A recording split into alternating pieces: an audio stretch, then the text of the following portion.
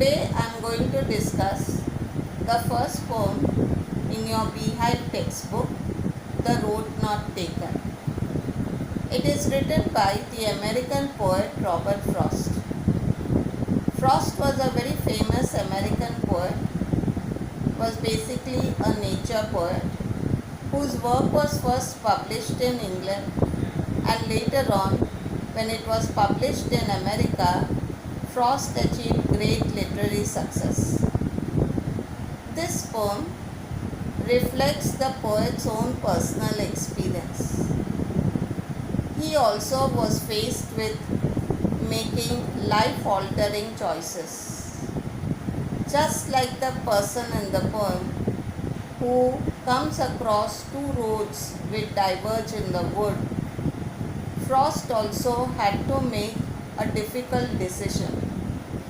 He realizes that when we make one choice, we automatically give up the other.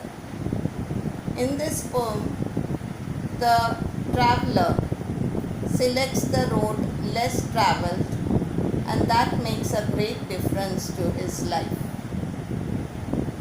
I'd like to read out the poem itself. The Road Not Taken by Robert Frost. Two roads diverged in a yellow wood, and sorry I could not travel both and be one traveller. Long I stood and looked down one as far as I could to where it bent in the undergrowth. Then took the other just as fair, and having perhaps the better claim, because it was grassy and wanted wear, though as for that the passing there had worn them equally about the same, and both that morning equally lay in leaves no step had trodden black.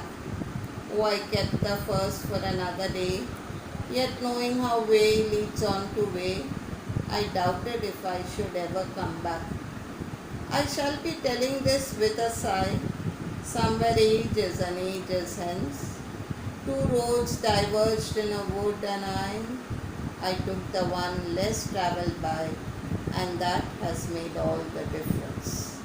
We examine the poem in detail. There is a traveller who, while walking through the woods, comes to a fork in the road, a point where the path on which he is travelling splits into two. Two roads diverged in a yellow wood. So the word diverged means to split into two.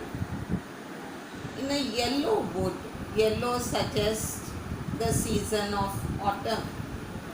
In the US, they call the season of autumn as fall because that is the time when leaves fall.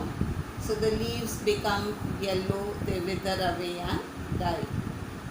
Frost, being a nature poet, very beautifully brings out natural imagery to convey his ideas. So the poet says that when he came to a point in the road where it diverged into two paths, he realized that he could not travel both at the same time.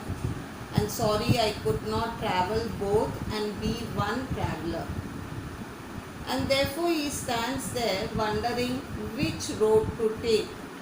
Long I stood and looked down one as far as I could to where it bent in the undergrowth. Undergrowth is bushes, shrubs, creepers. So he tried to see down one road as far as his eye could see. And this suggests that the poet hesitated because he was undecided which road to take.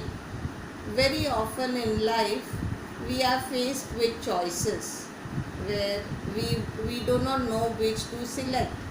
It might be something as simple as, shall I buy this red t-shirt or shall I buy the green one? Those are simple choices. But there are also life-altering choices where we know that if we take a certain career, then we have to give up on something else. Suppose we have a passion for sports and we want to make a career out of it, then you cannot focus on academics. And if you are focusing on academics, then perhaps we have to give up our passion for sports. So we can perhaps at most times travel only on one road. It is assumed that when you say yes to something, you have to say no to something else. And that's why the poet hesitates there before he actually moves forward. Then he looks at the other one. Then took the other just as fair and having perhaps the better claim. Better claim means it appeared more beautiful because it was grassy and wanted well. So the second road was a road less traveled, a road on which most people had not walked upon. But even then he is uncertain because he says, though as for that the passing there had warned them really about the same. And then he backtracks on that thought and says that if we look at both the roads, they appear to be equally beautiful. So he stands there at that path, indecisive, wondering which one to travel on.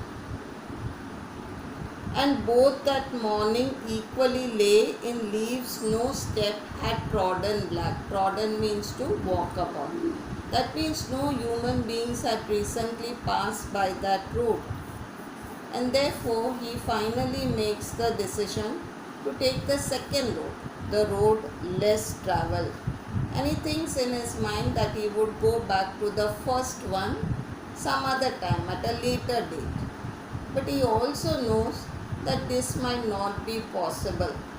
Very often we keep postponing things. We think that I will do this later, I'll do this later, and the opportunity never comes. When we walk on a particular road, we cannot always take a U-turn and come back. Even when you are traveling on the highway, sometimes we have to keep on traveling before you come to a junction where you can take a U-turn and come back. In life, very often there are no U-turns. You have to keep walking on. You have to keep walking ahead. So there is this feeling at the back of his mind that probably he'll never come back to the same road. Oh, I kept the first for another day, yet knowing how way leads on to way, I doubted if I should ever come back. I shall be telling this with a sigh. And he says, I shall be telling this with a sigh. There is a suggestion of a bit of regret. When we give up something, even though we are happy with the choice we have made, there is a feeling at the back of our minds, what if I had taken the other one? What if I had selected the other one? So, we are basically people, we want to have everything. But that is not possible because when we say yes to something, it means we have to say no to something else. So he knows that he might regret his decision later on, but at that point he is not sure. I shall be telling this with a sigh, somewhere ages and ages hence, two roads diverged in a wood and I took the one less travelled by, and that has made all the difference. So by opting for a road on which people usually don't travel, meaning to say, by opting for a kind of life or a career that most people don't go for, Frost selected the less traveled path, but it has made his life more meaningful, more fulfilling, and therefore it has made a great difference to his life.